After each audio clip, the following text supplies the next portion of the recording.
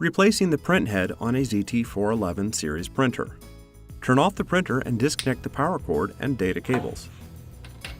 Connect yourself to an anti-static device.